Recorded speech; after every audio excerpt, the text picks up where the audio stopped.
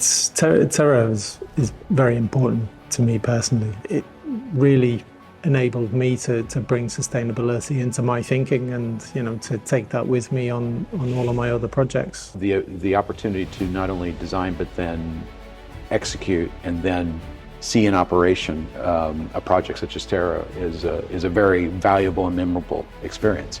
You know, having sustainability central to everything that we were doing and all the decisions we would make. You know, we had this sustainability framework. I don't think it was until afterwards where you kind of really appreciate it appearing on, you know, the back of a 500 dirham note, for example, that how much it means to the city. I think that was the real clincher for me. Yeah, I think one of the important things, one of the most innovative things about Terra is that it is a collection of passive and active technologies that come together to deliver on a sustainable vision. Yeah.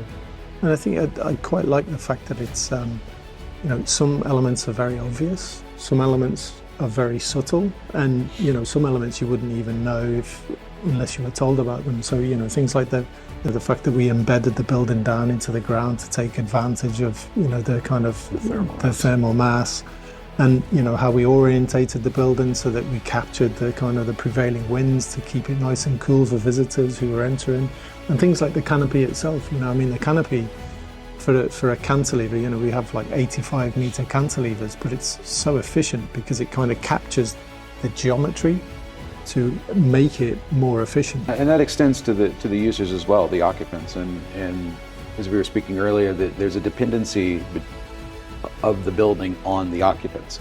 And one area is the water generation and the water recycling technologies that are incorporated into the building, and the building then has to thrive a bit off of the occupancy, and the more occupants you have, the better efficiency you get out of those systems. Mm-hmm. So there is a dynamic relationship between us as users of the building and Terra as a building, and what it does as its sustainable approach to architecture.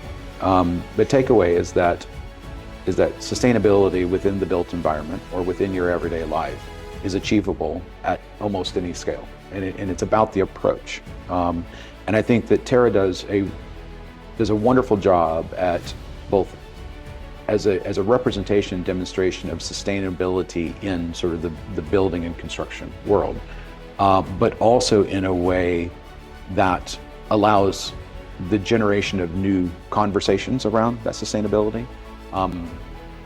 Really is, I think, one of the lasting benefits and legacies of Terra as a project, because while it's a bit of a building as a machine in a sustainability sense, it's also a vehicle for the messaging of sustainability. And one of the comments I usually get is that it feels so natural. Yeah, I guess for me it was more the kind of the reaction from people that I've brought around, you know, from family and friends, and kind of everybody has that same reaction, you know, especially standing underneath that canopy, that kind of, wow, it's, you know, it's such an imposing yet welcoming space.